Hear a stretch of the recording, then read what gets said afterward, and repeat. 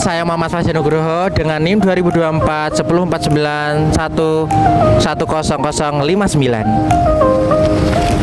Halo, perkenalkan nama saya Naswa Desafari dengan NIM 2024 1049011010083. Hai, nama aku Saifila Isnaini Permatasari, NIM 2024 104 90 110055.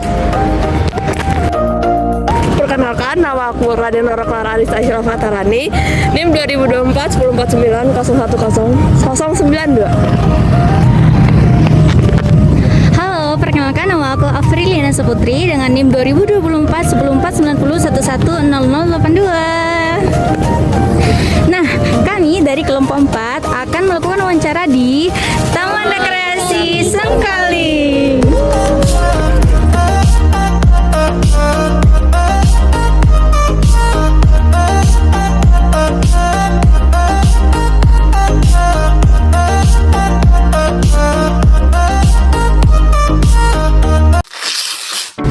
Pertama-tama itu kalau boleh tahu bisa dijelaskan apa saja tugas Bapak sebagai salah satu pengelola di tempat wisata Sengkaling ini? Kalau perkenalkan dulu, nama saya Saiful. Ya. Di marketing ini saya bagian IT dan desain. Oh ya. Itu saja sih, Pak. Bagian marketing dan Desain. Oke. Pertanyaan selanjutnya itu apakah Bapak mengenal atau memahami nilai-nilai kemuhammadiyaan secara umumnya saja? Ya enggak begitu kan sih, Pak, kalau Muhammadiyah.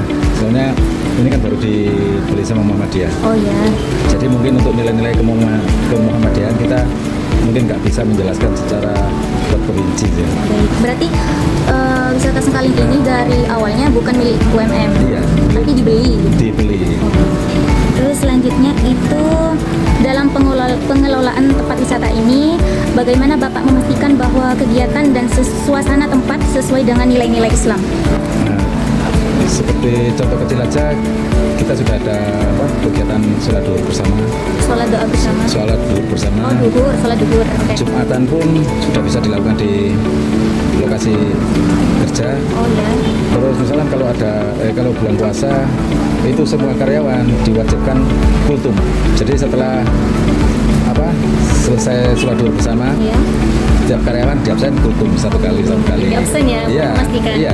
Oke. Terus selanjutnya itu apakah ada aturan khusus untuk menjaga agar pengunjung tidak melakukan kegiatan yang melanggar norma?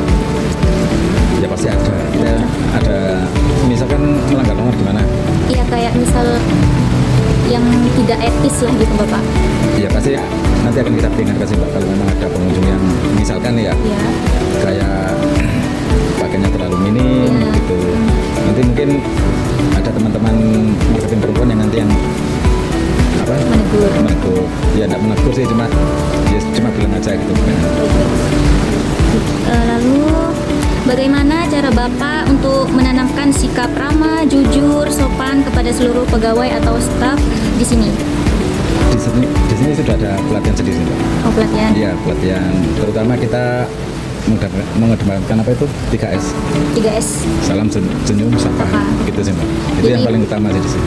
Bagi semua staf berarti harus menerapkan 3S itu Iya. ya. Ya, secara nggak langsung merupakan SOP bagi kami. Oh, salah satu SOP berarti. Iya. Oke, baik. Terus apa contoh nyata penerapan akhlak yang baik dalam pelayanan kepada pengunjung? Akhlak baik dalam pelayanan kepada pengunjung. Ya, misalkan tentu kita ucapkan salam dulu, assalamualaikum. Terus misalkan dia yang dibutuhkan apa? Maksudnya kalau di sini yang paling sering sih toilet di mana, kita berusaha mengantarkan sampai ke tempat, atau minimal kita lokasinya di sebelah sana gitu aja sih, Mbak. Selanjutnya itu apa contoh nyata penerapan akhlak yang baik dalam pelayanan kepada pengunjung? Contoh nyatanya selain mungkin barisan. Ya, Mbak, ya sudah ada peningkatan dari dulu sebelum dibeli kampus dulu kan secara ini kan nggak begitu Mbak ya. Terus ya nilai-nilai Islami lebih dikedepankan sih, Mbak. Jadi misalkan kalau ada yang nggak sholat, kita kasih SP atau apa. Mungkin pernah ada kasus nggak ketahuan nggak sholat gitu? Ya pernah sih, Mbak. Pernah. Terus gimana itu, Pak? Ya mungkin dipanggil di ARD, dipanggil peringatkan.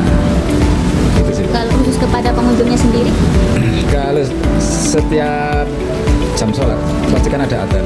Jadi kita di informasi kita pertimbangkan juga sih.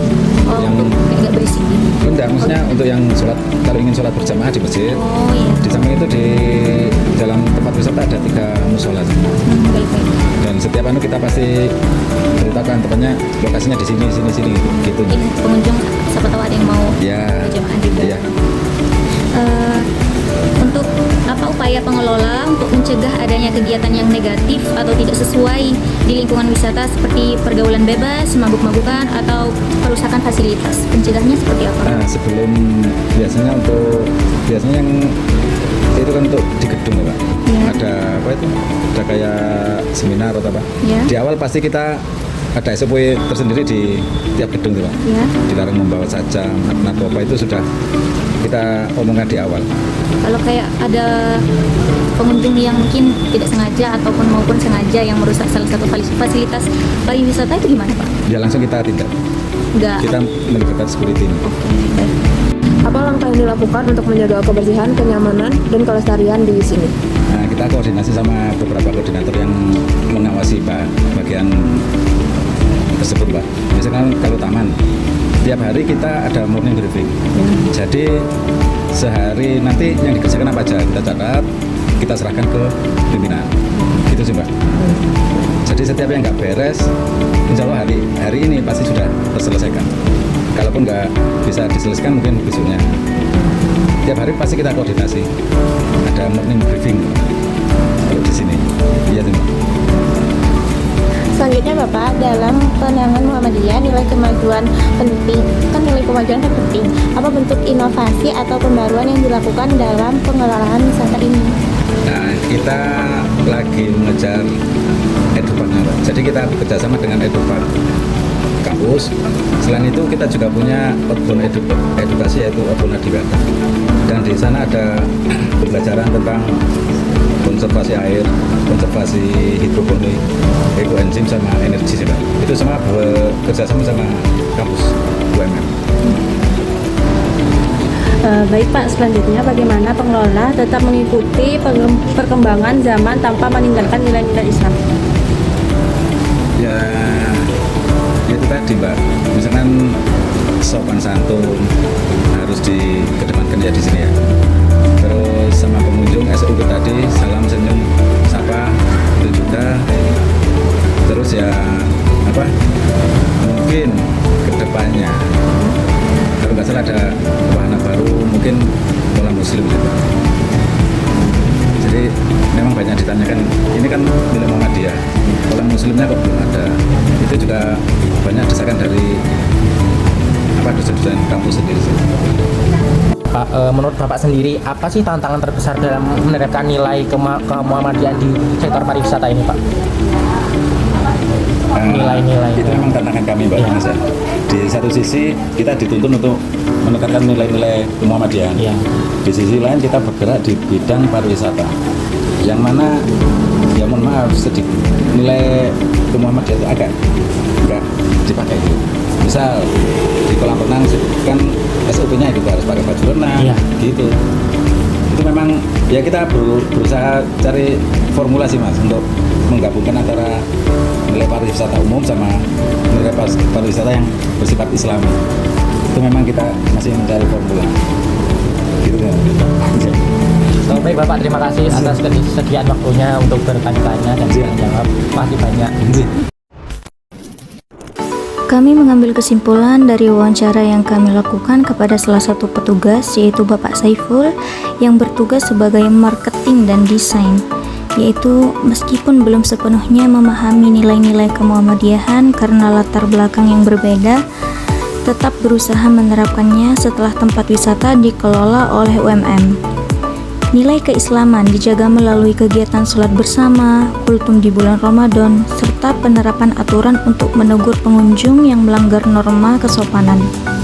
Dalam pelayanan, pengelola menanamkan budaya 3S, yaitu senyum, sapa, dan salam, dan memberikan bantuan langsung kepada pengunjung yang membutuhkan, mencerminkan upaya menumbuhkannya akhlak Islam dalam praktik sehari-hari.